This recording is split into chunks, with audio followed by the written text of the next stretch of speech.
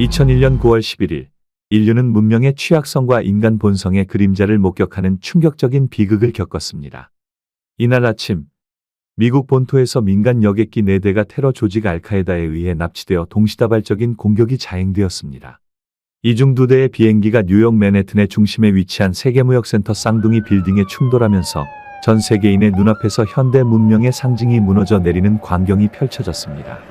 오전 8시 46분, 아메리칸 항공 11편이 북쪽 타워를 강타하였고, 이어 오전 9시 3분에는 유나이티드 항공 175편이 남쪽 타워에 충돌하였습니다.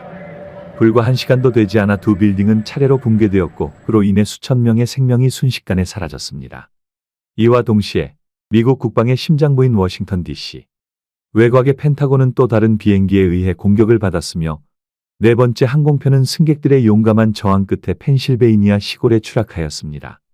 이날 발생한 테러로 인하여 총 2,977명의 무고한 시민이 목숨을 잃었으며, 그 중에는 구조대원과 소방관, 경찰관을 포함한 수많은 공공종사자들이 포함되어 있었습니다. 이 사건은 단순한 물리적 피해를 넘어 세계 질서에 대한 도전이자 인류 공동체 전체에 던져진 도덕적 질문이었습니다. 세계무역센터는 단지 건축물이 아니라 세계 경제의 중심지이자 글로벌화된 문명의 상징이었습니다. 그 붕괴는 곧 자본주의, 기술 문명, 그리고 안전에 대한 인류의 신뢰가 무너져 내리는 상징적 장면이기도 하였습니다. 눈앞에서 무너져 내린 철골 구조물은 단순한 사고가 아닌 극단적인 신념과 이념이 얼마나 치명적인 폭력을 낳을 수 있는지를 여실히 드러냈습니다. 이 사건을 통해 우리는 근본적인 철학적 물음을 다시 마주하게 됩니다. 인간은 왜 악을 행하는가? 극단주의와 종교적 열망은 어떻게 한 개인의 삶과 세계를 파괴로 이끌 수 있는가? 과연 문명은 무엇을 지향하며 그 기반은 얼마나 견고한 것인가?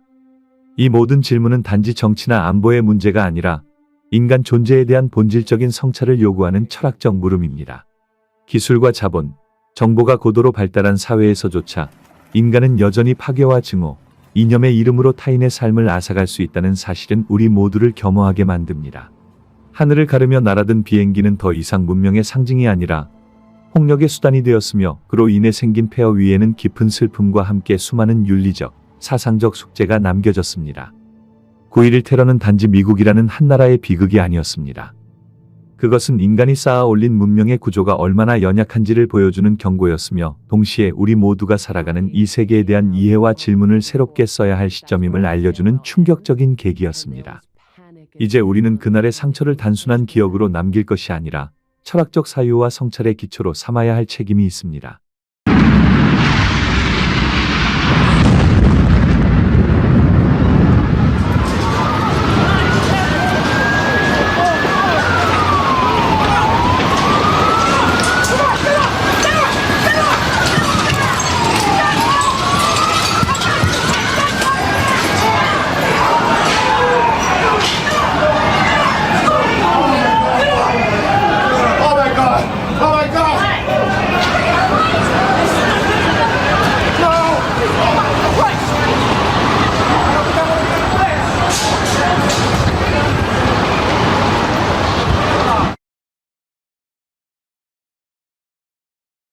안녕하십니까. 사랑하고 존경하는 여러분.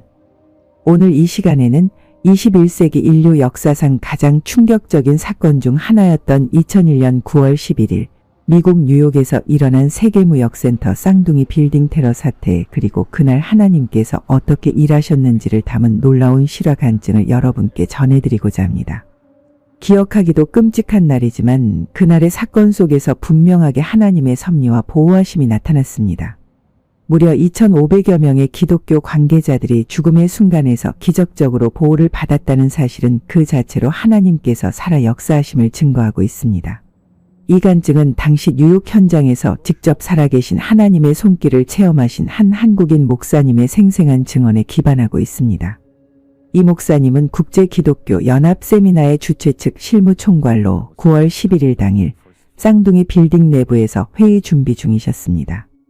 그분은 평소에는 거의 마시지 않던 커피가 문득 당겼고, 커피숍에서 커피가 없어 대체로 딸기 우유를 마신 후 급작스러운 복통으로 엘리베이터를 타고 올라가지 못하고 1층 화장실에 머무르게 됩니다. 당시 시간은 오전 7시 50분경이었습니다. 그 결과 원래 올라가 있어야 할 20층 세미나장으로 가지 못한 채 여러 차례 화장실을 들락날락하는 상황이 이어졌고 결국 오전 8시 46분 북쪽 타워에 비행기가 충돌하는 끔찍한 장면을 건물 밖에서 직접 목도하게 되셨습니다. 이 목사님뿐 아니라 함께 참석 예정이던 수많은 해외 관계자들도 각자 신기한 이유들로 인해 그 자리에 도착하지 못하였고 결과적으로 아무도 그 세미나 장소에 나타나지 않았습니다. 어떤 분은 알람이 울리지 않아 기상하지 못했고 어떤 분은 비행기 티켓이 원활히 발급되지 않아 출국 자체가 지연되었습니다. 또 어떤 분은 뉴욕으로 오던 중 차량 고장으로 발이 묶였으며 어떤 부분은 갑작스런 갈등으로 일정이 취소되기도 하였습니다. 그 모든 일들이 당시에는 이해되지 않았지만 나중에 되돌아보니 하나같이 하나님의 보호하심과 간섭하심이라는 것을 알게 되셨습니다. 목사님은 귀국 후 당시 체험을 담은 책 하나님 당신은 누구십니까? 를 펴내시고 이 놀라운 구원의 사건을 세상에 알리셨습니다. 그 책은 출간 직후 단 10일 만에 1만 부 완판이라는 이례적인 반응을 이끌어냈고 수많은 기독교인들에게 하나님의 주권과 인도하심을 새롭게 일깨워 주었습니다. 사랑하는 여러분, 하나님께서는 우리가 알지 못하는 수많은 순간에 우리의 삶을 지키고 인도하고 계십니다. 우리는 그것을 사건이 지나고 나서야 비로소 깨달을 때가 많습니다. 그러나 하나님은 늘 살아계시며 믿는 자의 걸음을 미리 인도하시고 때로는 우리의 계획을 어그러뜨려서라도 죽음의 골짜기에서 건져내십니다. 이제부터 여러분과 함께 그날 어떤 일이 벌어졌는지를 그리고 어떻게 하나님께서 2,500여 명의 생명을 지키셨는지를 본론의 10파트로 나누어 자세히 살펴보겠습니다. 1. 성령의 주관이란 무엇일까요? 성령의 주관은 마치 눈에 보이지 않지만 분명히 작용하는 내면의 음성과도 같습니다. 일상생활을 하시다 보면 특별한 이유도 없이 갑자기 마음이 움직이거나 계획에 없던 행동을 하게 되는 경험을 하신 적이 있으신지요? 예를 들어 길을 걷다가 갑자기 어떤 사람에게 말을 걸어야겠다는 생각이 들거나 어떤 장소에서 벗어나야겠다는 강한 마음이 들어 결국 큰 위험을 피하게 되는 일이 있으셨다면 바로 그것이 성령의 주관일 수 있습니다. 인간의 이성으로는 설명되지 않지만 하나님의 인도하심은 그런 방식으로 우리 삶 가운데 나타나곤 합니다. 성령의 주관은 단순한 직감이나 우연이 아니라 하나님의 자녀들에게 주시는 실제적인 영적 인도입니다. 하나님께서 우리 각자에게 주신 사명과 목적이 있는데 그 길로 가도록 성령님께서 마음을 감동시키시고 생각을 변화시키시며 행동까지 움직이게 하시는 것입니다. 그렇기 때문에 이 인도하심은 매우 섬세하며 자칫 우리가 무시하고 지나치기 쉬운 부분이기도 합니다. 그러나 영적으로 민감하게 깨어있는 자는 이러한 감동에 귀를 기울이며 주님의 뜻을 더욱 분명히 분별할 수 있게 됩니다. 또한 성령의 주관은 우리로 하여금 죄로부터 멀어지게 하고 선함으로 가까이 가도록 이끌어주는 하나님의 음성입니다. 세상은 날이 갈수록 혼란스럽고 선과 악이 명확하게 구분되지 않는 일들도 점점 많아지고 있습니다. 이러한 시대에 우리는 하나님의 뜻을 분별하고 따라야 할 절박한 필요 속에 살아가고 있습니다. 성령께서는 그러한 상황 속에서도 끊임없이 우리를 도우시며 우리로 하여금 죄를 멀리하고 하나님의 공의와 사랑 안에 거하도록 인도해 주십니다.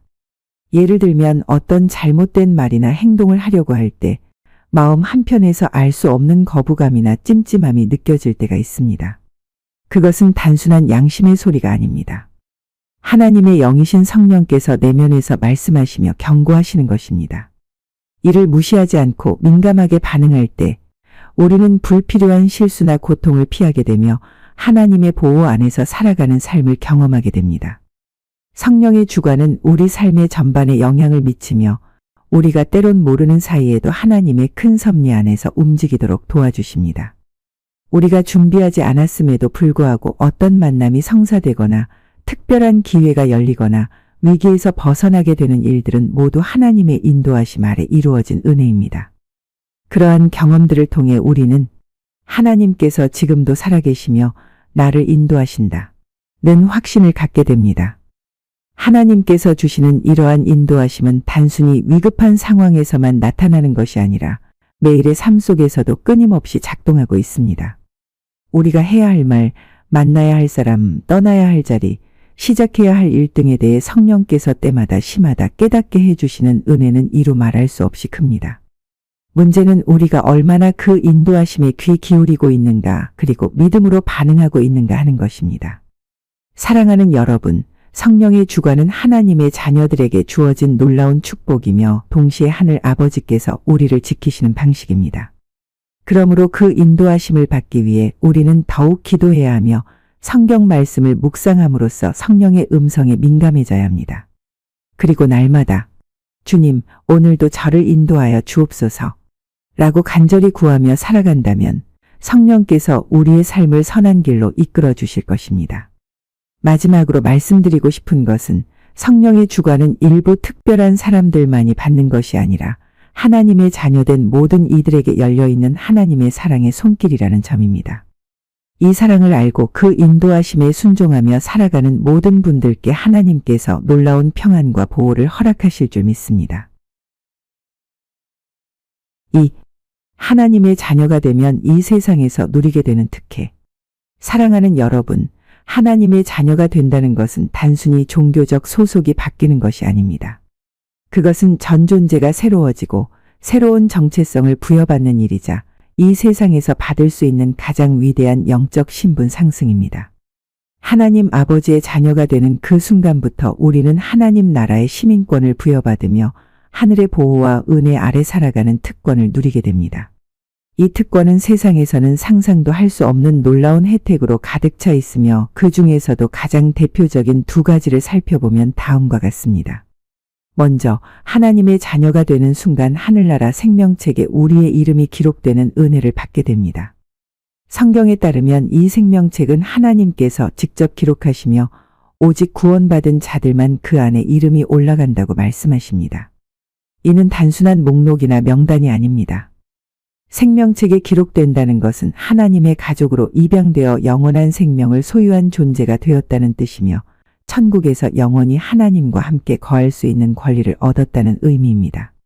이것은 어떤 사람도 어떤 제도도 대신해 줄 수 없는 하나님의 자녀만이 받는 영광입니다.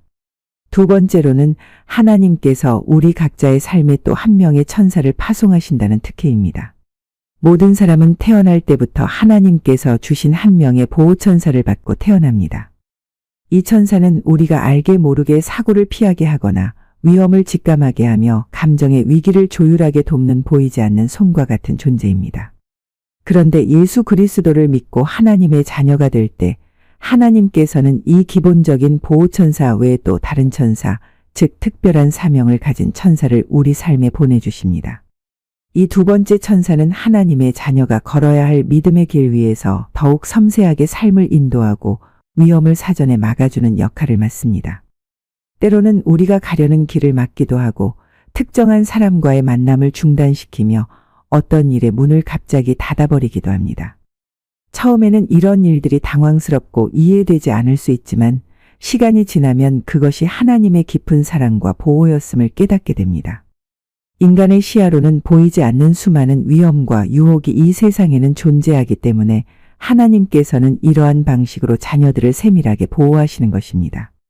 사랑하는 여러분, 하나님의 자녀가 되어 누리는 이러한 영적 특혜는 단지 보호에 그치지 않습니다. 그 천사를 통해 하나님의 뜻을 더 분명히 깨닫고 때로는 마음의 강한 감동이나 경고를 받아 믿음의 선택을 하게 되는 일도 있습니다. 이는 마치 하늘로부터 보내진 안내자가 우리와 함께 동행하며 삶의 복잡한 갈림길에서 올바른 방향을 가리켜주는 것과도 같습니다. 또한 이러한 특혜는 영적으로 깨어있는 자만이 온전히 누릴 수 있습니다. 하나님께서 보내신 천사의 존재를 인식하고 그 인도하심에 민감하게 반응하는 삶을 살 때 하나님의 섭리 안에서 더욱 풍성한 은혜를 경험하게 됩니다. 물론 이 천사는 육안으로 보이지 않으며 말로 대화를 나누는 존재는 아니지만 그 인도하심은 우리의 내면 깊숙이 자리하여 우리의 판단과 행동에 실제적인 영향을 끼칩니다. 이로 인해 우리는 평범한 상황 속에서도 하나님의 놀라운 인도하심을 체험하게 됩니다. 뿐만 아니라 하나님의 자녀에게 주어지는 또 다른 특혜는 바로 하나님과의 깊은 교제입니다. 언제든 기도로 하나님께 나아갈 수 있으며 기도를 통해 하나님의 뜻을 구하고 응답을 받는 삶을 살아갈 수 있습니다. 하나님의 자녀가 된다는 것은 더 이상 혼자 사는 인생이 아니라 하늘 아버지와 동행하는 삶이라는 것을 의미합니다. 이것이야말로 세상 어떤 특권보다도 귀하고 복된 일입니다. 결론적으로 말씀드리자면 하나님의 자녀가 되면 단지 영원한 천국의 삶을 보장받는 것뿐만 아니라 이 땅을 살아가는 동안에도 수많은 영적 특혜와 보호를 누리게 됩니다. 하늘 생명책에 이름이 기록되는 것은 우리의 신분이 완전히 변화된 것을 뜻하며 삶의 길에서 또 다른 천사가 동행하는 것은 우리가 결코 혼자가 아님을 의미합니다. 그리고 그 모든 배경에는 우리를 끝까지 사랑하시는 하나님의 한없는 자비와 은혜가 자리하고 있습니다. 이 모든 특혜는 예수 그리스도를 믿고 하나님의 자녀가 된 이들에게만 주어지는 귀중한 선물입니다. 그러므로 우리가 이 특혜를 잊지 않고 날마다 감사하며 하나님 아버지께 더욱 가까이 나아가며 살아가야 할 것입니다.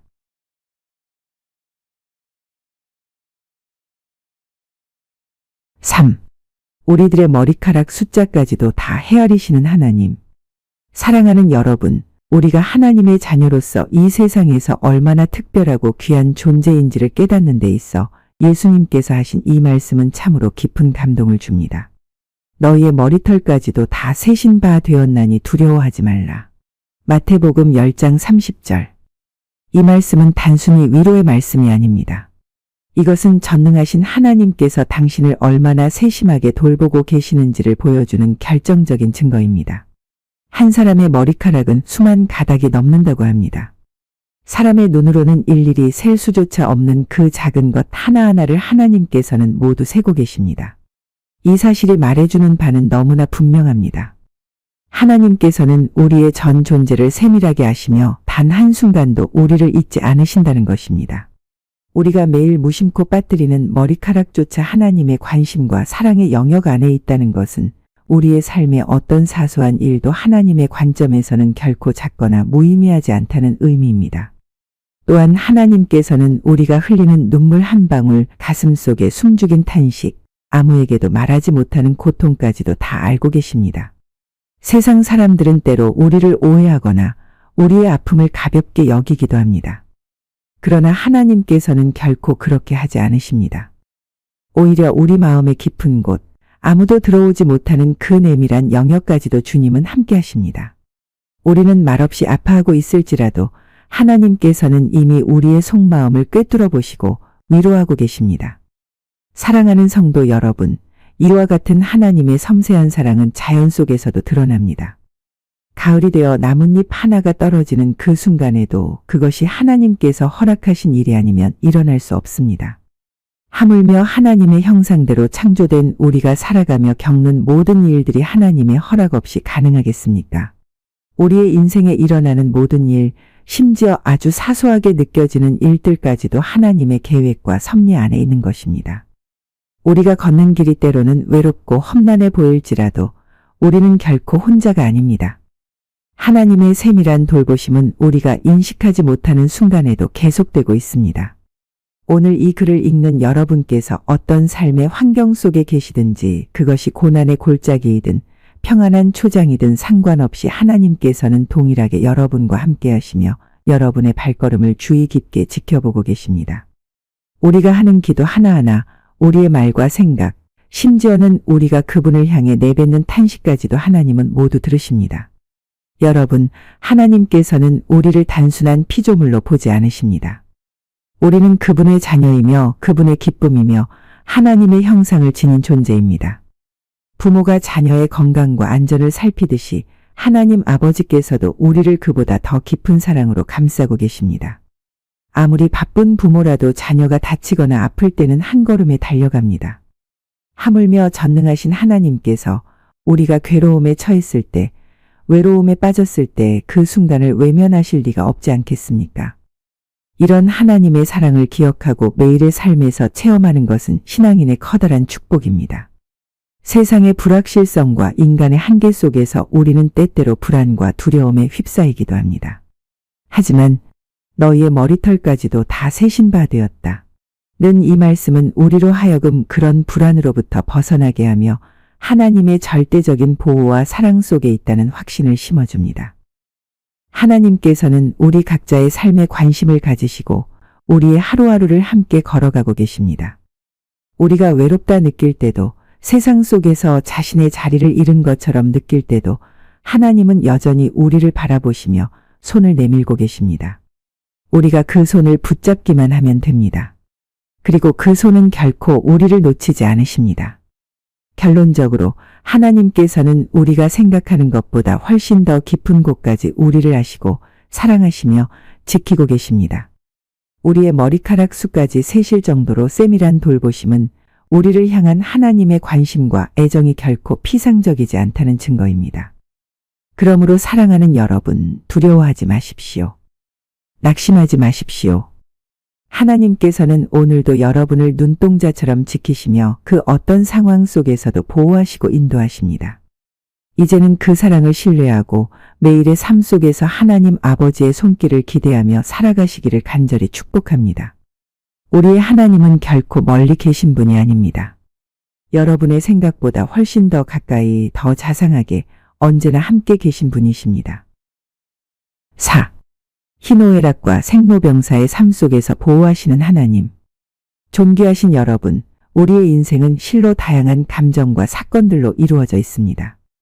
기쁨과 슬픔, 분노와 사랑이라는 감정의 굴곡 속에서 우리는 살아갑니다.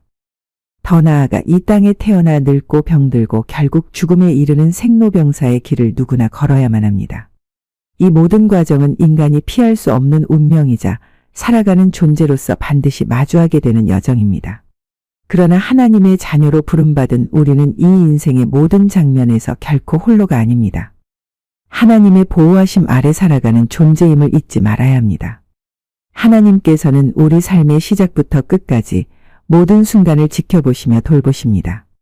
우리가 갓 태어날 때부터 연약한 아이로 자라날 때에도 하나님께서는 세심한 돌보심으로 우리를 품으셨습니다. 우리가 말없이 울고 있을 때도, 깊은 밤 병든 몸을 뒤척일 때에도 하나님은 침묵 속에서 함께 하셨습니다. 사람들은 몰라줄 수 있어도 하나님은 단 한 번도 우리를 외면하지 않으셨습니다. 우리는 때로 기쁨 속에 도취될 때 하나님을 잠시 잊기도 합니다. 그러나 하나님께서는 그러한 순간조차도 허락하시며 기뻐하시되 우리가 교만하지 않도록 우리의 마음을 지켜주십니다. 반대로 슬픔이나 분노, 상실의 순간을 맞이할 때 사람은 흔히 하나님을 원망하거나 그분이 멀리 계신다고 느끼곤 합니다. 그러나 실제로는 가장 아플 때, 가장 외로울 때 하나님께서 우리 곁에 가장 가까이 다가와 계시다는 사실을 우리는 종종 놓치고 살아갑니다. 너희가 감당하지 못할 시험은 허락하지 않으시고 시험 당할 즈음에 피할 길도 내시느니라. 라는 말씀, 고린도전서 10장 13절 말씀은 단지 위로가 아닌 실제 삶 속에서 수없이 증명된 하나님의 약속입니다. 그분은 우리가 무너질 만큼의 고통은 결코 허락하지 않으십니다. 그리고 그 고통의 시간 동안 우리를 위해 눈물 흘리시며 때로는 눈에 보이지 않는 방법으로 피할 길을 여시고 새로운 희망의 문을 열어주십니다. 병상에서 고통 중에 있을 때 우리가 단지 약이나 의사의 도움만으로 버틸 수 있었던 것이 아닙니다. 그때 우리를 살게 했던 가장 큰 힘은 눈에 보이지 않지만 우리 안에서 역사하셨던 하나님의 위로와 인도하심이었습니다. 수술대 위에서 마음을 졸이며 눈을 감을 때 옆에 아무도 없다고 느껴질지라도 실은 하나님께서 가장 먼저 우리의 손을 잡고 계셨습니다. 인간의 위로는 순간적이지만 하나님의 보호는 영원합니다. 또한 나이가 들어 노쇠함을 겪고 삶의 마무리를 향해 걸어갈 때 하나님께서는 오히려 더욱 가까이 다가오십니다. 인생의 마지막 계단을 오를 때조차도 그분은 우리가 넘어지지 않도록 손을 붙잡아 주시며 마지막 숨을 내쉴 때에도 하늘의 천사들을 보내어 우리를 영원한 안식으로 인도하십니다. 이러한 하나님의 돌보심은 단지 종교적인 개념이 아닙니다. 이는 수많은 믿음의 선배들이 실제 삶에서 체험하고 간증했던 살아있는 하나님의 역사입니다. 삶에서 겪는 희노애락 그리고 생로병사는 단순히 감정과 생리적 변화의 연속이 아닙니다. 그것은 하나님께서 우리와 함께 하시는 방식 중 하나입니다. 기쁨을 통해 감사하게 하시고 슬픔을 통해 겸손하게 하시며 병을 통해 회복의 기쁨을 알게 하시고 죽음을 통해 영원한 생명에 이르게 하십니다. 그 모든 과정은 하나님의 섭리 가운데 있고 그분의 사랑의 연장선입니다. 그러므로 사랑하는 여러분, 우리가 지금 어떤 계절의 삶을 지나고 있든지 어떤 감정의 터널을 지나고 있든지 간에 하나님께서 우리와 함께 계신다는 사실을 결코 잊지 마십시오. 때로는 상황이 너무 답답하고 모든 문이 닫힌 듯 느껴질 수 있습니다. 그러나 하나님께서는 그 닫힌 문 뒤에서 새로운 길을 예비하고 계십니다. 하나님은 침묵 중에도 일하고 계시며 우리가 부르짖기도 전에 우리를 도우실 계획을 세워놓으신 분입니다. 우리는 우리 자신의 한계를 너무 잘 알기에 쉽게 좌절하고 낙심하지만 하나님께서 우리 안에 주신 영은 결코 연약하지 않습니다. 성령님께서 우리 안에 계시며 날마다 우리를 도우시고 희노애락의 감정 속에서도 중심을 지킬 수 있는 능력을 부어주십니다. 우리가 생로병사의 과정을 겪는 동안에도 그분의 지혜와 평강은 우리를 이끌어갑니다. 결국 하나님의 자녀로 살아간다는 것은 인생의 모든 순간에 함께 하시는 하나님을 체험하는 삶입니다. 우리의 삶이 아무리 복잡하고 힘겨워도 우리가 의지할 분은 한 분, 하나님이십니다. 그분은 어제도 오늘도 그리고 영원토록 동일하신 분이며 여러분을 그 누구보다 깊이 이해하고 사랑하시는 분입니다. 그러니 오늘 이 순간에도 여러분의 삶에 하나님의 보호하심이 함께하고 있음을 믿으십시오. 여러분이 혼자라 느껴질 때도 하나님의 사랑은 쉼없이 여러분을 감싸고 있습니다. 고통 속에서조차 주님은 일하고 계십니다. 그분의 손길을 신뢰하며 모든 희노애락과 생로병사의 여정을 통해 더욱 하나님께 가까이 나아가시기를 진심으로 축복드립니다. 5. 임마누엘 되게 하나님과 동행하는 삶. 사랑하는 여러분, 임마누엘이라는 말은 히브리어로 하나님이 우리와 함께 하신다 는 깊고도 귀한 뜻을 담고 있습니다. 이 말은 단순한 문장이 아니라 성경 전체를 아우르는 하나님의 약속이자 하나님의 자녀된 우리가 날마다 체험할 수 있는 실제적인 삶의 방식입니다. 예수 그리스도께서 이 땅에 오신 이유도 바로 이 임마누엘의 뜻을 성취하기 위함이었습니다. 하나님은 멀리 계신 분이 아니라 지금 이 순간에도 우리 곁에 살아계시며 함께 하십니다. 성경 속에서 사무엘은 아주 특별한 인물로 등장합니다. 그는 어릴 적부터 하나님의 음성을 듣는 훈련을 받았고 평생을 하나님의 인도하심 아래에서 살았습니다. 하나님께서는 사무엘에게 말씀하시기를 멈추지 않으셨고 사무엘도 언제나 그분의 음성에 귀를 기울였습니다. 그 결과 그는 이스라엘 백성을 위한 큰 예언자이자 기름 부음받은 왕들을 세우는 하나님의 사람으로 쓰임받게 되었습니다. 그런데 중요한 사실은 이러한 사무엘의 삶이 결코 특별한 소수만이 누릴 수 있는 축복이 아니라는 점입니다. 하나님은 오늘도 여전히 우리 각자와 그런 방식으로 교제하길 원하고 계십니다. 하나님과 동행하는 삶은 멀리 있는 이상향이 아닙니다. 여러분이 지금 서 계신 그 자리에서 마음만 연다면 언제든 시작할 수 있습니다. 임마누엘의 삶은 거창하거나 특별한 조건을 요구하지 않습니다. 오히려 일상 속 아주 소소한 순간들 속에서 하나님께 마음을 여는 태도에서부터 출발합니다. 아침에 눈을 뜨며 하나님, 오늘도 저와 함께 해주세요 라고 말하는 작은 기도, 힘든 상황 앞에서 주님, 어떻게 하면 좋을까요? 라고 여쭈어보는 질문, 이런 것들이 바로 임마누엘의 실천입니다. 물론 처음에는 하나님과 늘 함께 한다는 것이 어색하고 낯설게 느껴질 수 있습니다. 그러나 하나님의 말씀을 가까이 하고 주야로 그 말씀을 묵상하려는 마음을 갖게 될 때 우리 안에 영이 조금씩 깨어나기 시작합니다. 마치 눈이 어둠 속에 있다가 서서히 밝은 빛에 적응하듯 우리의 영혼도 하나님의 빛 앞에 조금씩 익숙해지고 민감해집니다. 처음에는 단순한 성경 구절이었을지 몰라도 시간이 지나며 그 말씀이 내 삶 속 상황과 연결되어 놀랍도록 생생하게 다가오는 것을 경험하게 됩니다. 하나님은 우리가 특정 시간에만 기도하거나 예배 시간에만 관계를 맺는 분이 아니십니다. 그분은 일상 그 자체 속에서 함께 하시며 우리의 모든 생각과 감정, 고민과 기쁨 가운데서 동행하시기를 원하십니다.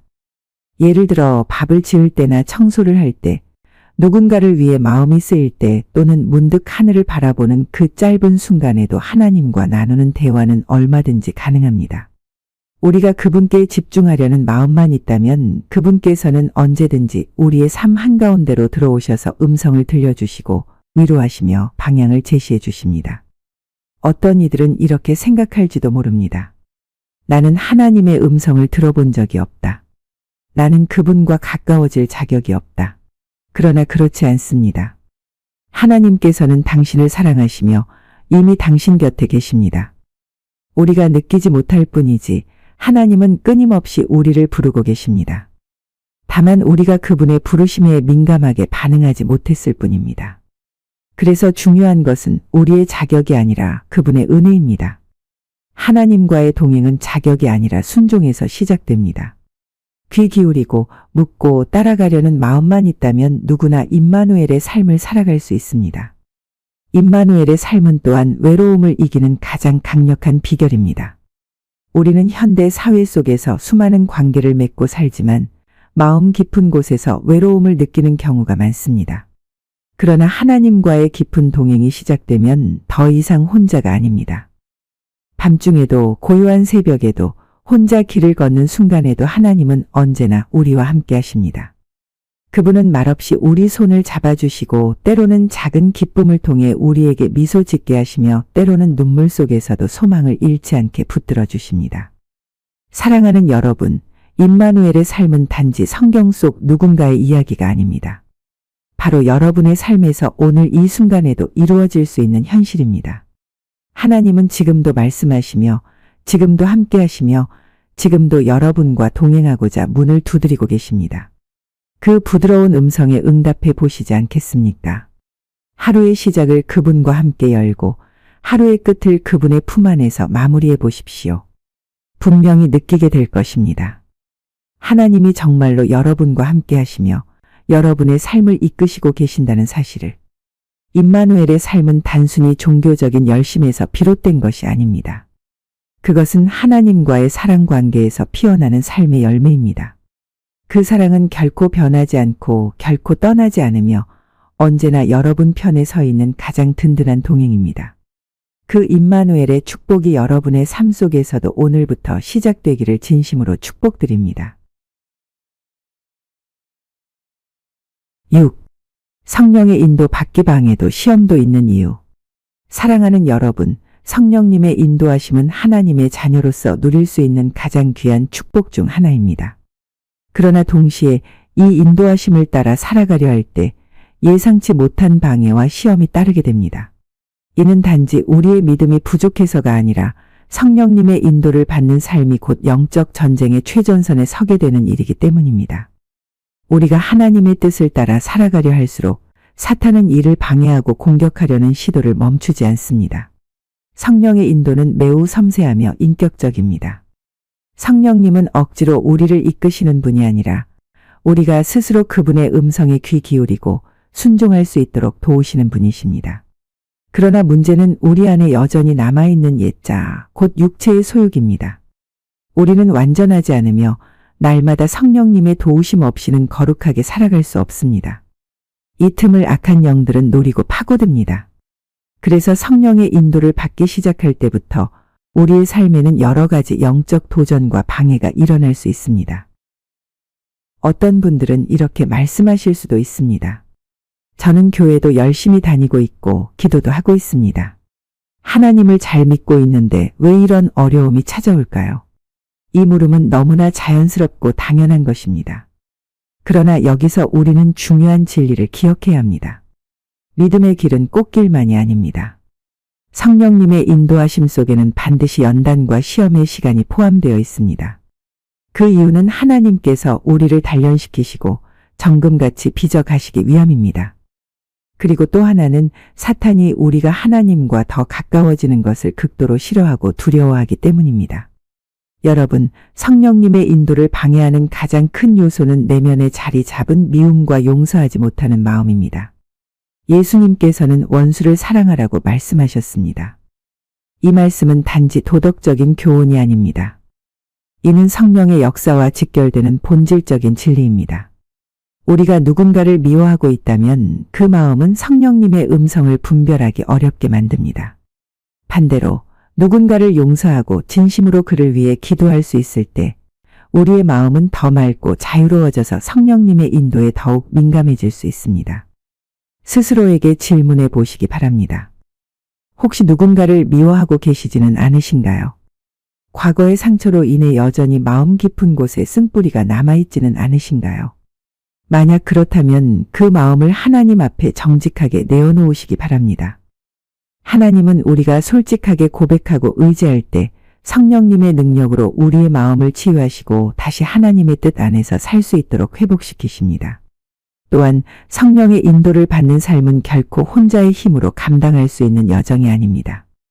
날마다 하나님의 말씀을 붙들고 기도로 영적인 무장을 하셔야 합니다. 하나님과 지속적인 관계 속에 있어야만 우리는 흔들리지 않고 바른 길을 걸어갈 수 있습니다. 성령님은 우리의 약함을 아시고 때마다 돕기 원하십니다. 우리가 피곤할 때에는 힘을 주시고 길이 보이지 않을 때는 조용한 속삭임으로 방향을 제시해 주십니다. 이 놀라운 동행의 은혜를 여러분도 날마다 체험하실 수 있습니다. 그리고 한 가지 더 기억하셔야 할 것은 성령의 인도를 받는 삶에는 반드시 검증의 시간이 주어진다는 사실입니다. 성령님께서 우리에게 주시는 감동이나 인도하심이 정말 하나님의 뜻인지 분별하기 위해서는 말씀과 기도를 통해 확인하는 과정이 필요합니다. 때로는 우리가 생각하는 성령의 인도가 내 감정이나 상황에 기댄 착각일 수도 있기 때문입니다. 그러므로 우리는 항상 겸손한 자세로 하나님의 말씀에 비추어 보고 기도로 검증하며 필요한 경우 믿음의 공동체 안에서 지혜를 구하는 것도 매우 중요합니다. 사랑하는 여러분, 성령님의 인도는 우리의 삶을 풍성하게 하고 하나님께서 예비하신 축복의 길로 우리를 이끄시는 하나님의 손길입니다. 그러나 동시에 이 사실을 알고 준비하고 있다면 우리는 그러한 도전 앞에서도 당황하지 않고 오히려 믿음으로 견디며 성숙해질 수 있습니다. 성령의 인도는 결코 혼란스럽거나 무질서하지 않습니다. 그분은 언제나 평안 가운데 말씀하시며 우리를 생명의 길로 인도하십니다. 그리고 그 길 끝에는 하나님의 뜻이 이루어지는 놀라운 열매가 기다리고 있습니다. 여러분도 이 귀한 여정 속에 서 계십니다. 성령님께 마음을 열고 매일 그분의 인도하심을 구하며 살아가시는 여러분의 삶에 하나님의 크신 은혜와 평강이 늘 함께 하시기를 간절히 축복드립니다. 7. 하나님이 기뻐하시는 자. 사랑하는 여러분, 하나님께서는 단지 하늘 보좌에만 머무시는 분이 아니십니다. 하나님은 지금 이 순간에도 온 땅을 두루 살피시며 그분의 뜻에 합당한 삶을 살아가는 자들을 찾고 계십니다. 성경은 분명히 말씀합니다. 여호와는 그 눈으로 온 땅을 두루 감찰하사 전심으로 자기에게 향하는 자들을 위하여 능력을 베푸시나니. 역대하 16장 9절 말씀. 이는 하나님의 관심이 단지 종교적 행위나 형식에 있는 것이 아니라 마음 깊은 곳에서부터 우러나오는 진정한 사랑과 순종에 있다는 뜻입니다. 특별히 하나님께서는 말 못하는 동물들, 연약한 이웃, 외롭고 버려진 사람들을 사랑으로 돌보는 자들을 기뻐하십니다. 왜 그럴까요? 그것은 바로 그러한 행동들이 하나님의 마음을 닮은 사랑의 실천이기 때문입니다. 하나님께서는 인류에게 자유의지를 주셨고 인간의 삶에 강제로 개입하지 않겠다고 스스로 약속하셨습니다. 이는 노아의 홍수 이후 무지개를 통해 확인하신 약속 속에도 담겨 있습니다. 하나님은 사랑하시되 억지로 명령하거나 조종하시지 않습니다. 그 대신 우리가 자발적으로 마음으로부터 우러나오는 선을 행하기를 바라십니다. 그렇기에 세상적으로 주목받지 않더라도 조용히 이웃을 섬기고 소외된 자들을 위해 헌신하는 사람들을 하나님은 깊이 기뻐하시며 그들을 향한 특별한 사랑을 베풀어 주십니다.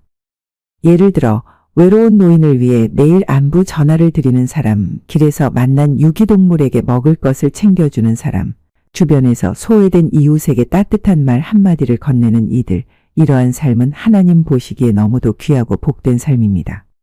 이와 같은 사람들은 그저 착한 사람들이 아니라 하나님의 마음을 이해하고 그 뜻을 실천에 옮기는 자들입니다. 그들은 하나님의 손과 발이 되어 세상 속에서 하나님 사랑을 직접 보여주는 통로입니다. 그래서 하나님은 이들을 통해 역사하시고 때로는 그들의 삶에 특별한 은혜와 보상을 허락하십니다. 세상의 기준으로 볼 때는 평범해 보이고 오히려 무시당할 수도 있는 삶일지라도 하나님 보시기에는 가장 영광스럽고 존귀한 삶입니다. 하나님이 기뻐하시는 삶이란 무엇일까요? 그것은 단지 예배에 참석하고 기도를 열심히 드리고 성경을 많이 아는 것으로만 이루어지지 않습니다. 물론 이런 신앙의 기본적인 행위들도 중요합니다. 하지만 진정 하나님을 기쁘시게 하는 것은 그분의 사랑을 삶으로 살아내는 것입니다. 예수님께서도 말씀하셨습니다. 너희가 여기 내 형제 중에 지극히 작은 자 하나에게 한 것이 곧 내게 한 것이니라. 마태복음 25장 40절. 이 말씀은 사랑의 실천이 곧 하나님께 드리는 예배라는 사실을 우리에게 일깨워 줍니다. 더 나아가 하나님은 이 땅에서 당신을 대신하여 연약한 자들을 돌보는 이들을 영적으로 매우 높은 위치로 세워주시기도 합니다. 하나님은 그들의 삶을 보호하시고 그 자손에게까지 복을 내리십니다. 단지 이 땅의 삶만이 아니라 영원한 하나님의 나라에서도 그들을 존귀하게 여기시며 기억해 주십니다. 성경 속 아브라함이나 룻, 사마리아 여인처럼 사람들 눈에는 평범했으나 하나님께 크게 쓰임받았던 이들이 모두 그런 자들이었습니다. 사랑하는 여러분, 지금 이 순간 우리는 누구에게 어떤 사랑을 실천하며 살아가고 있습니까? 때로는 사람들의 인정이나 칭찬이 없더라도 누군가에게 작은 선행 하나라도 베풀었다면 하나님은 그것을 결코 잊지 않으십니다. 성경은 누구든지 냉수 한 그릇이라도 제자의 이름으로 주는 자는 결단코 그 상을 잃지 아니하리라 라고 약속하고 있습니다. 이처럼 하나님은 우리가 행한 작은 사랑의 행동 하나하나를 모두 기억하시며 반드시 그에 합당한 은혜로 갚아주십니다. 이제 우리의 삶을 다시금 돌아보아야 할 때입니다. 우리는 진정 하나님이 기뻐하시는 삶을 살고 있습니까? 혹시 누군가의 고통을 외면하고 지나치고 있지는 않습니까? 오늘 하루도 하나님께서 기뻐하시는 사랑의 도구가 되기를 소망하며 작은 것부터 실천해 보시기 바랍니다. 친절한 말 한마디, 도움의 손길, 위로의 눈빛이 모두가 하나님의 나라를 확장하는 귀한 사역이 될 수 있습니다. 하나님은 오늘도 우리를 통해 역사하시기를 원하십니다. 그 뜻을 이루기 위해 우리는 하나님의 마음을 품고 살아가야 합니다. 하나님께서 찾으시는 사람, 하나님이 기뻐하시는 사람, 그 사람이 바로 여러분이 되시기를 진심으로 축복드립니다. 하나님은 그러한 자에게 자신의 마음을 보이시며 이 땅에서도 그리고 영원한 하나님의 나라에서도 함께 하시며 높이실 것입니다.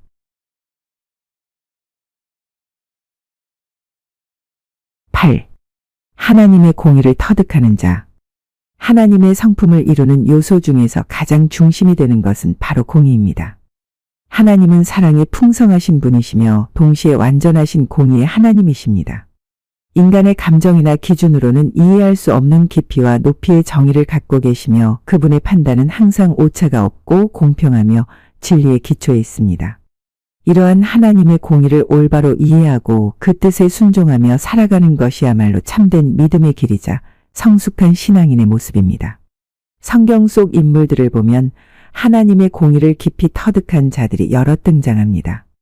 그 중에서도 에녹, 엘리야, 아브라함, 모세는 대표적인 인물들입니다.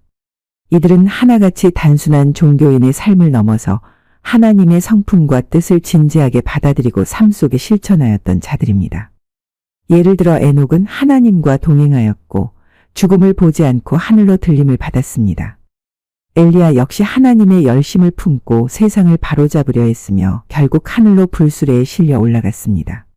이는 단지 그들의 행동 때문이 아니라 그 마음 깊은 곳에서부터 하나님의 공의와 뜻을 이해하고 그것을 따라 살았기 때문입니다. 아브라함은 하나님의 약속을 믿고 순종하며 의로움을 인정받은 자였습니다. 그는 소돔과 고모라를 두고 하나님께 간구할 때에도 하나님의 공의를 바탕으로 대화하였습니다. 의인을 악인과 함께 멸하시겠나이까? 라는 그의 질문은 단순한 감정이 아니라 하나님 성품에 대한 깊은 신뢰에서 비롯된 고백이었습니다. 모세 역시 하나님의 율법을 받아 백성들에게 전하고 백성의 죄를 두고 때로는 하나님 앞에 간절히 중보하며 하나님의 공의와 긍휼 사이에서 균형을 이루려고 했습니다.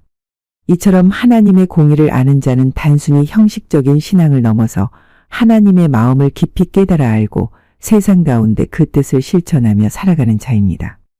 그들은 하나님의 판단 기준을 자신의 삶의 기준으로 삼습니다. 또한 공의와 사랑 사이의 조화를 이루며 다른 사람의 아픔과 상처도 함께 짊어지려는 마음을 가집니다. 하나님께서는 이러한 사람들을 귀하게 여기시고 하늘의 신비를 맡기시며 그들과 특별한 교제를 나누십니다. 오늘을 살아가는 우리도 이와 같은 삶을 살기를 하나님께서는 원하고 계십니다. 하나님의 공의는 단지 율법의 조항이나 규칙이 아닙니다. 그것은 하나님의 마음이며 그분의 뜻입니다. 하나님의 공의를 이해하는 자는 세상에서 일어나는 불의 앞에서 침묵하지 않고 약자의 편에 서서 진리를 말합니다. 그러나 그 말은 정죄나 판단이 아니라 사랑 안에서 이루어지는 정의입니다. 진정한 공의는 사랑 없이 존재할 수 없으며 사랑 없는 정의는 차가운 도구에 불과합니다. 하나님의 공의를 배우는 일은 곧 하나님과의 친밀한 관계 속에서 이루어집니다.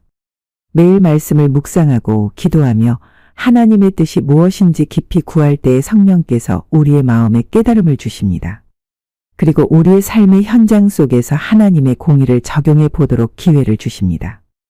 누군가를 용서해야 할 때 또는 불의를 바로잡아야 할 때 우리는 하나님의 기준을 따라 움직일 수 있습니다. 이러한 삶은 결코 쉽지 않습니다. 세상의 기준과 하나님의 기준은 종종 다르기 때문입니다. 세상은 때로 힘 있는 자의 편에 서지만 하나님은 고아와 과부, 외롭고 힘없는 자들을 돌아보십니다. 세상은 성공을 추구하지만 하나님은 정직함과 겸손함을 귀히 여기십니다. 그러므로 하나님의 공의를 터득하는 삶은 곧 세상의 흐름과는 다른 방향으로 나아가는 삶일 수 있습니다. 그러나 그 길이야말로 하나님께서 기뻐하시고 축복하시는 길입니다. 사랑하는 여러분, 오늘 이 시간 우리 각자가 스스로를 돌아보아야 할 때입니다. 나는 과연 하나님의 공의를 알고 있는가? 나는 삶의 자리에서 하나님의 기준을 따라 행동하고 있는가? 다른 사람을 대할 때 나는 하나님의 시선으로 그들을 바라보고 있는가? 이런 질문 앞에서 솔직한 대답을 드릴 수 있다면 우리는 이미 하나님의 공의를 향해 나아가고 있는 것입니다. 하나님의 공의를 터득하는 자는 결국 하나님의 마음을 소유한 자입니다. 그 마음은 세상의 기준과 가치관을 뛰어넘어 하나님의 뜻과 진리에 따라 살아가는 삶으로 이어집니다. 이 길은 때로 좁고 험할 수 있지만 그 끝에는 하나님의 깊은 위로와 상급이 준비되어 있습니다. 우리 모두가 하나님의 공의를 배우고 그 공의를 삶으로 살아내며 하나님께서 기뻐하시는 자가 되기를 간절히 소망합니다. 9. 부모님께 안부를 묻듯 하나님께도 나를 알리는가? 우리는 매일 부모님께 안부를 묻고 그들의 상황을 염려하며 때로는 작은 일에도 귀 기울이곤 합니다. 부모님은 우리의 일상 속에서 중요한 존재로 우리가 겪는 기쁨과 슬픔을 함께 나누기를 원하십니다. 그렇다면 우리의 영혼의 아버지이신 하나님께는 얼마나 우리의 마음과 삶을 알리고 계신가요? 우리는 부모님에게 종종 연락을 드리며 안부를 묻고 자신의 생각과 감정을 나누듯이 하나님께도 우리의 일상과 마음을 솔직히 나누고 있는지 자문해 볼 필요가 있습니다. 하나님은 우리의 삶의 모든 순간을 이미 알고 계십니다. 하지만 하나님께서는 우리가 입을 열어 그분과 대화할 때 진정으로 하나님과 관계를 맺는다고 말씀하십니다. 부모님에게 안부를 묻듯 하나님께도 우리의 일상을 알리고 마음을 고백하는 것이 중요합니다. 그럼에도 불구하고 종종 우리는 하나님께 무언가를 드리거나 기도하는 데 있어서 기계적이거나 형식적인 태도를 취할 때가 많습니다. 그러나 기도는 단순한 종교적인 의무가 아니라 아버지와 자녀 사이의 정서적 교류입니다. 하나님께 우리의 마음을 여는 것은 단순히 필요한 것을 구하는 행위가 아니라 우리 자신을 온전히 드러내는 과정입니다. 우리는 기쁜 일이 있을 때 하나님께 감사의 기도를 드리고 어려움 속에서 하나님의 도우심을 구하는 기도를 드립니다.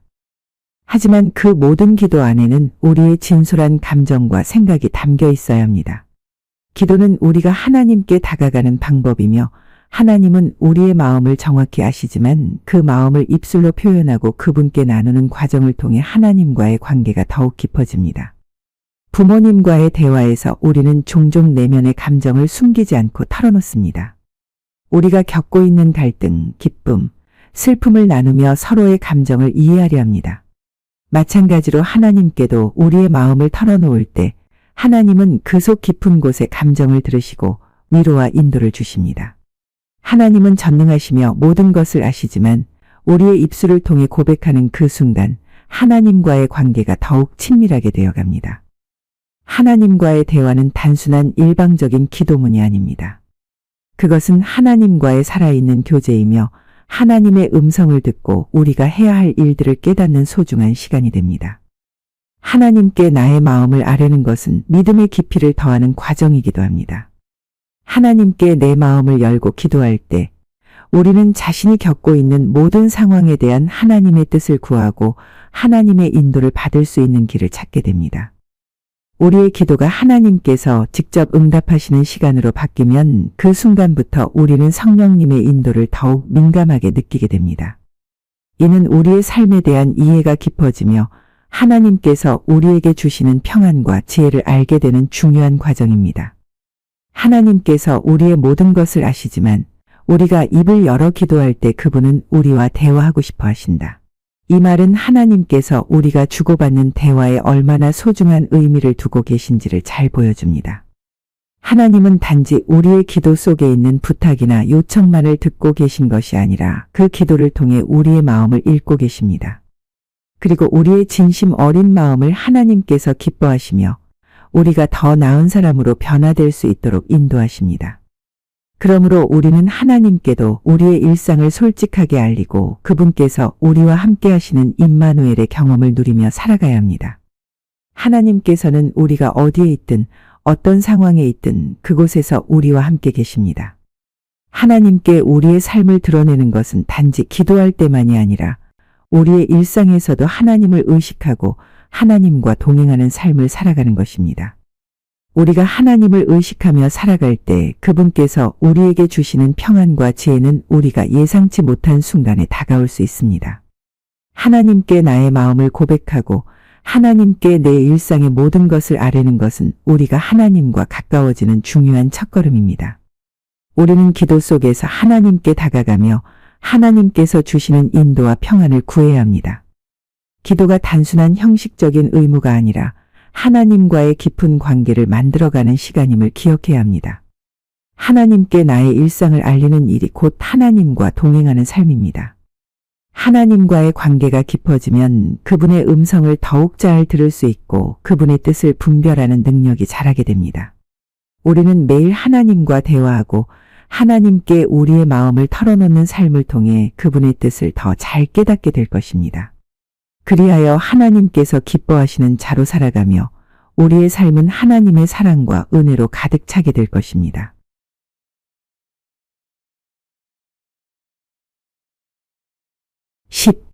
어려울 때 도움을 받을 수 있도록 기도와 선행, 공력을 쌓으세요. 영적인 삶에도 예치금이 있습니다. 우리가 이 세상에서 살아가면서 겪는 많은 어려움과 고난을 대비하여 하나님께서는 우리가 미리 준비할 수 있는 방법을 제공하셨습니다. 그 준비 방법 중 하나가 바로 기도와 선행을 통해 하늘 은행의 공력을 쌓는 것입니다. 이 공력은 단순히 나의 복을 위해서만 쌓는 것이 아니라 하나님과의 깊은 관계를 맺기 위한 중요한 준비이기도 합니다. 어려움이 닥쳤을 때 내가 쌓아두었던 기도와 선행이 하나님 앞에서 열매로 맺어져 하나님의 도우심을 경험하게 되는 것입니다. 마치 우리가 일상생활에서 경제적으로 저축을 해두고 어려운 시기에 그 돈을 꺼내 쓰듯 영적인 삶에서도 기도와 선행을 저축해두는 것이 중요합니다. 기도와 선행은 나중에 우리가 어려운 상황에 처했을 때 하나님께서 우리에게 손을 내밀고 도와주실 수 있는 통로를 여는 열쇠가 됩니다. 이처럼 기도와 선행을 쌓아두는 일은 하나님과의 관계를 더욱 깊이 있게 만들어가는 과정이기도 하며 하나님께서는 우리의 작은 믿음의 표현을 결코 잊지 않으시고 적시에 그 결실을 맺게 하십니다. 기도와 선행이 중요한 이유는 그 자체로 하나님과의 관계를 강화시킬 수 있기 때문입니다. 우리는 흔히 어려운 상황에서 하나님께 기도하며 구원을 청하지만 그 이전에 하나님께서 이미 우리에게 주신 기도와 선행의 씨앗을 통해 우리가 어려운 상황을 잘 헤쳐나갈 수 있도록 돕기 위해 개입하시는 경우가 많습니다. 이는 우리가 삶의 모든 순간마다 하나님께 기도하고 선한 일을 실천하는 것이 왜 중요한지 그 깊은 이유를 보여줍니다. 하나님은 우리의 기도를 들으시고 그 기도에 응답하시는 분이십니다. 또한 우리가 선한 일을 통해 다른 사람들에게 하나님의 사랑을 나누는 순간 그 선행은 하늘나라에서 크고 귀한 상급으로 이어지게 됩니다. 이 모든 기도와 선행은 단지 복을 받기 위한 계산된 행동으로 끝나는 것이 아닙니다. 그보다 더 중요한 것은 하나님과의 관계를 맺고 그 관계를 깊이 있게 이어가기 위한 준비가 된다는 것입니다. 기도는 단순히 우리가 원하는 것을 구하는 행위가 아니라 하나님과의 소통을 통해 우리의 마음을 하나님께 드리고 하나님께 우리의 삶을 맡기는 행위입니다. 선행 역시 그저 다른 사람을 돕기 위한 것이 아니라 그 속에서 하나님을 섬기는 마음이 담겨 있어야 하며 하나님께서 우리에게 주신 사랑을 이웃에게 나누는 방식입니다. 너희의 수고가 주 안에서 헛되지 않다. 라는 고린도전서 15장 58절의 말씀은 우리에게 큰 위로를 주는 구절입니다. 우리가 이 세상에서 기도하고 선을 베푸는 일은 결코 헛되지 않으며 하나님께서는 그 수고를 반드시 기억하시고 그에 대한 보상을 주실 것입니다. 우리가 아무리 작고 미미한 일이라 할지라도 하나님께서는 그 마음을 보시고 그 마음의 자세를 기뻐하시며 응답하십니다. 우리가 이 땅에서 쌓은 영적인 예치금은 단순히 어려움이 닥쳤을 때만 유용한 것이 아닙니다. 그것은 우리 깊게 만들고 그 관계 속에서 나오는 은혜를 체험할 수 있도록 돕는 중요한 역할을 합니다. 기도와 선행은 그 자체로 우리 삶을 변화시키는 힘을 가집니다. 기도는 우리가 하나님과 가까워지게 하며 선행은 우리가 하나님의 뜻을 따르는 삶을 살아가게 만듭니다.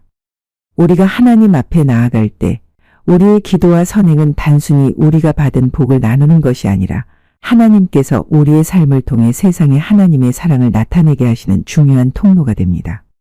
하나님은 우리가 주는 선물과 기도를 통해 더 많은 사람들에게 그분의 사랑을 전할 수 있도록 도와주시며 그 일을 통해 우리가 하나님의 뜻을 실현할 수 있도록 이끄십니다. 하나님께서는 우리에게 이 세상의 어려움에 대처할 수 있는 힘을 주시기 위해 기도와 선행을 통해 하늘의 보물을 쌓는 길을 열어주셨습니다. 어려운 시기에 그 보물을 꺼내 쓸 수 있는 자가 되기 위해서는 지금부터라도 기도와 사랑, 나눔을 통해 하늘의 보물을 쌓아가야 합니다. 그 보물은 단지 세상에서의 물질적인 복을 의미하는 것이 아니라 하나님과의 깊은 관계와 그분의 뜻을 따르는 삶을 살아가게 하는 영적인 축복입니다. 기도와 선행은 우리가 영적으로 성숙해지고 하나님께서 우리의 삶을 인도하시는 통로가 됩니다.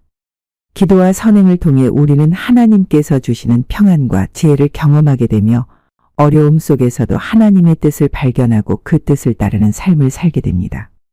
그러므로 지금 이 순간에도 기도와 선행을 통해 하나님과의 관계를 깊이 있게 만들어가며 하늘의 보물을 쌓아가는 삶을 살아가시기를 바랍니다. 하나님께서는 우리를 사랑하시며 우리의 기도와 선행을 통해 우리가 이 땅에서 하나님의 뜻을 이루어가는 삶을 살아가도록 이끌어 주실 것입니다. 오늘 우리가 나눈 이야기들은 하나님과의 관계를 더욱 깊이 있고 풍성하게 만들어가는 중요한 길들입니다.